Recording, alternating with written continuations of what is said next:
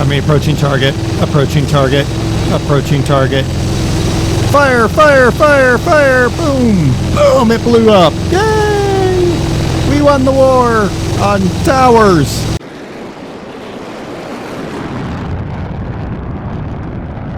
Hello everybody, I'm DerTebbers. Welcome aboard! Welcome to an AH-64 Apache gunship. Hello everybody! How's it going? Woo! We're gonna die. Hold on. Whee! We are in Hinesville, Georgia, because I couldn't find... Oh my goodness, helicopter. Hush. I couldn't find Fort Stewart actually in FSX for whatever reason. I do note there's a big black thing right there. I don't know what that is. I probably could fix that at some point in time. All right. Apparently when you go outside, she needs to start up her engines every time. Shh, quiet down a little bit, chopper. The Boeing AH-64 Apache. The ultimate in American hunter-killer helicopters.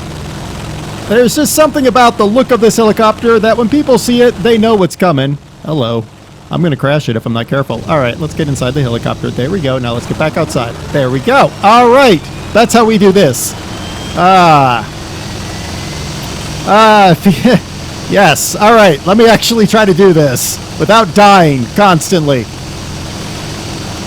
This is featured. It is a hunter-killer, tank killer helicopter. It would be on the same vein as a Hind or a Tiger in Europe. It is a four-bladed twin turboshaft attack helicopter with a tandem cockpit two-man crew. Features nose-mounted sensor suite that you see right there. That has target acquisition and night vision systems. It has that powerful 30mm M230 chain gun carried between its main landing gears. It has 4 hard points mounted on the stub pylons that can carry a mixture of all kinds of things that make your tank go boom. It has a large amount of system redundancies to improve combat survivability, and we'll actually talk a little bit about combat survivability a little bit later. The Apache originally started... Let's get inside the Apache. Whoa, we might die. Okay, there we go. Stabilize, stabilize, stabilize. Originally started as the Model 77, developed by Hughes Helicopters for the United States Army Advanced Attack Helicopter Program to replace the venerable AH-1 Cobra. The Army is the primary operator of the 6.4. It is the primary attack helicopter of multiple nations, including Greece, Japan, Israel, the Netherlands, and Singapore, as well as being produced under license in the United Kingdom as the Augusta Westland Apache. U.S. AH-64s have served in conflicts in Panama, the Persian Gulf, Kosovo, Afghanistan, and Iraq. Israel used the Apache in its military conflicts in Lebanon and Gaza Strip. British and Dutch Apaches have seen deployments in Afghanistan and Iraq. Following the cancellation of the AH-56 Cheyenne in 1972 in favor of the United States Air Force and Marine Corps projects like the A-10 and the Harrier, and I just have to say right now, I've taken A-10 over this in some situations, not everyone, but many situations. The Army sought an aircraft to fill an anti-armor attack role that would be under their command. Remembering that the joint agreement that created the Air Force meant technically the Army was not allowed to fly fixed-wing aircraft, so they had to do rotor-wing aircraft. In 1948, that was the Key West Agreement. There we go. The 1948 Key West Agreement is the one that did that. The AH-64 was named the Apache in late 1981, keeping with the Army tradition of using American Indian tribal names for its helicopters. And it was approved for full-scale production in 1982. In 1983, the first production helicopter was rolled out at Hughes Helicopters in Mesa, Arizona. 1986... Sorry, I have to kind of pay attention to what I'm doing. The incremental flyaway cost of an AH-64. Now remember, this is 1986. $7 million. You want to fly it away? 7 mil. Give me 7 mil, you can have yourself a gunship. Woohoo! And it was based on total cost, though, that included R&D costs. It was 13.9 mil per aircraft. So they sunk about $7 million into R&D per helicopter. During the 80s, McDonnell Douglas researched the B model. Woo, yeah. Oh God, take off, up in the air. Woo. All right, they researched the B model featuring updated cockpit, new fire control systems, and other upgrades. In 88, there was more funding for a multi-stage upgrade to improve the sensor and weapons systems. Whoa. In 1990, development of the D model longbow was approved by the Defense Acquisition Board. During testing, 6 Ds were pitted against a numerically superior number of A models. The results demonstrated the D to have a 7 times increase in survivability and 4 times increase in lethality over the A model. Think about that. 7 times increase in survivability, 4 times increase in lethality. I mean, the bloody thing is already a lethal concoction of death and destruction. Let's just make it 4 times more deadly? Okay, great. Both crew members are capable of flying the aircraft. You kill one, the other guy can still fly it. And performing methods of weapons engagement independently. That means your guy in the back could be shooting the gun, the guy in the front is shooting the missiles.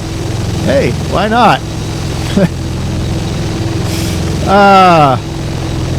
The crew compartment has shielding between the cockpits such that at least one crew member can survive direct hits against the cockpit. The compartment and rotor blade are designed to sustain hits from 23 millimeter rounds.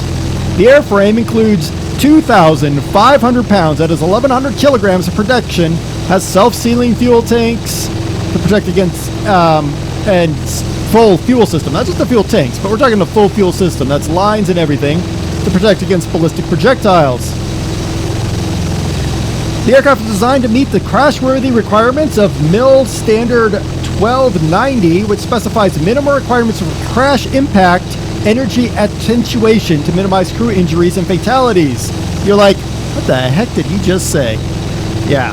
Well, through the incorporation of increased structural strength, landing gear positioning, seats and fuel system, your pilots can crash the helicopter and live.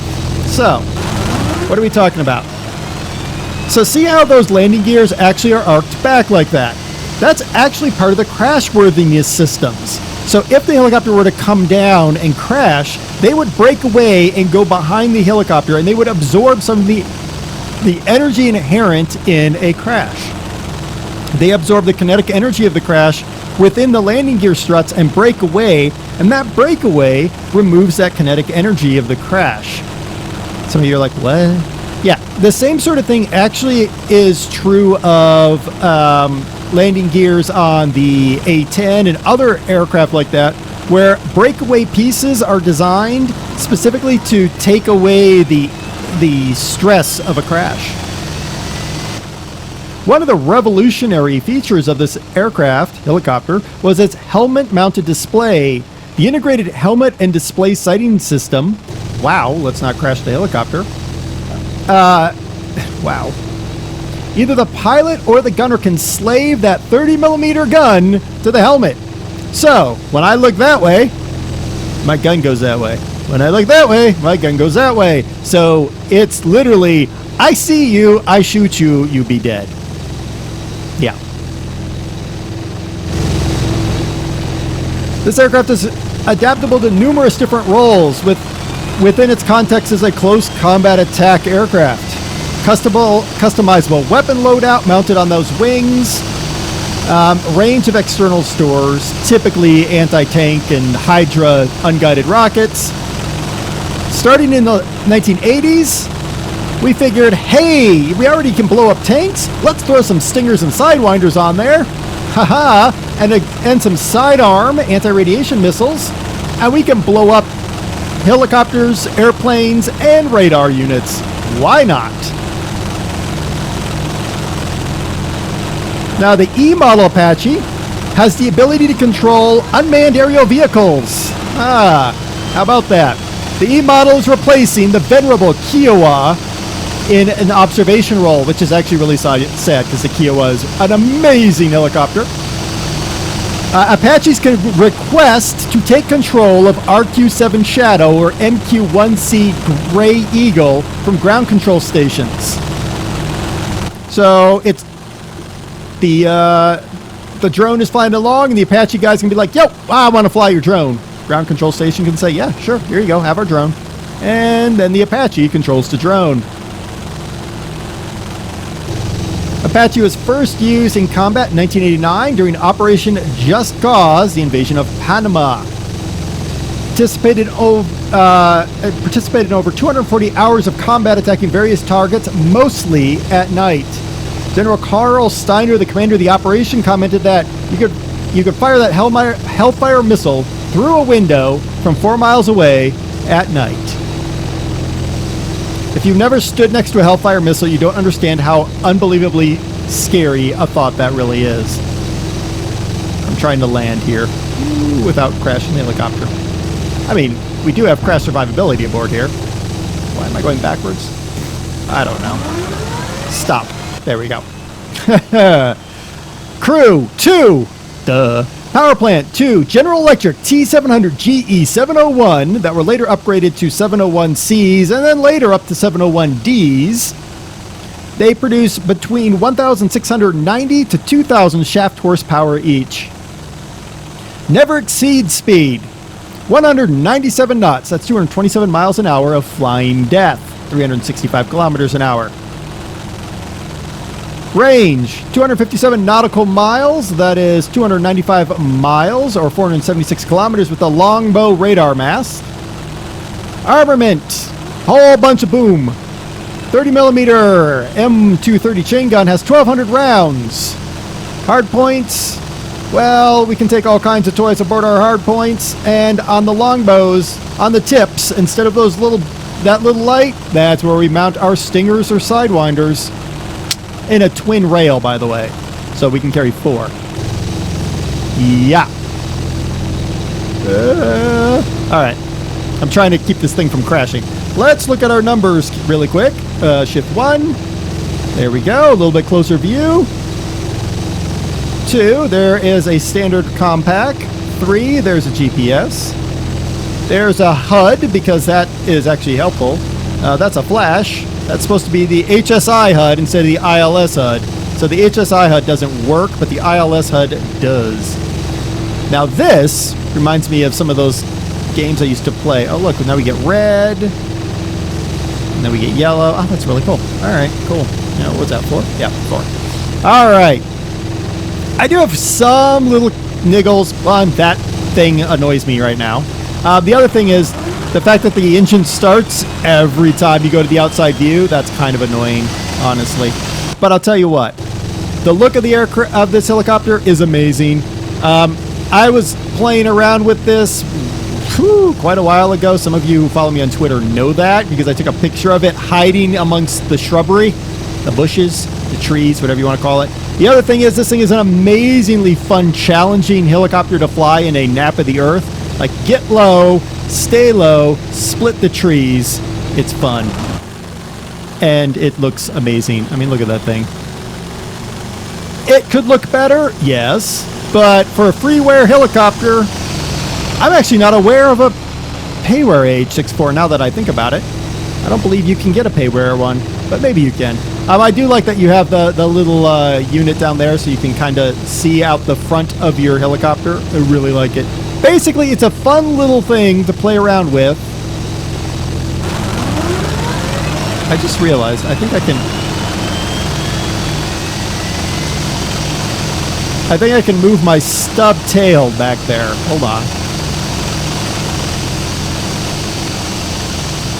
Yes, my flap controls. Whoa, handle the stub tail. Let's not land on a building. Well, that would actually be kind of fun. All right, so this is the AH-64. Freeware, looks good, acts good, fun to play with. I just, you know, y'all have been asking for me to do one. I finally found one. The main exit doesn't actually do anything, but hey, there you go. All right, the link to this AH-64 Apache is in the description. You only get this livery, which is fine. Might not be your favorite livery, but it's decent enough. There you go. I've been DerTebbers. This has been your Flight Simulator X Helicopter Spotlight. It's been a long one because it's an Apache gunship, and there's a lot to talk about. It's a scary, scary thing. It's beautiful to see fly over. I will say that much. I've watched these things fly over a lot. All right. Until next time, remember, you might never see it, but you'll certainly feel it if it wants to reach out and touch you with the missile.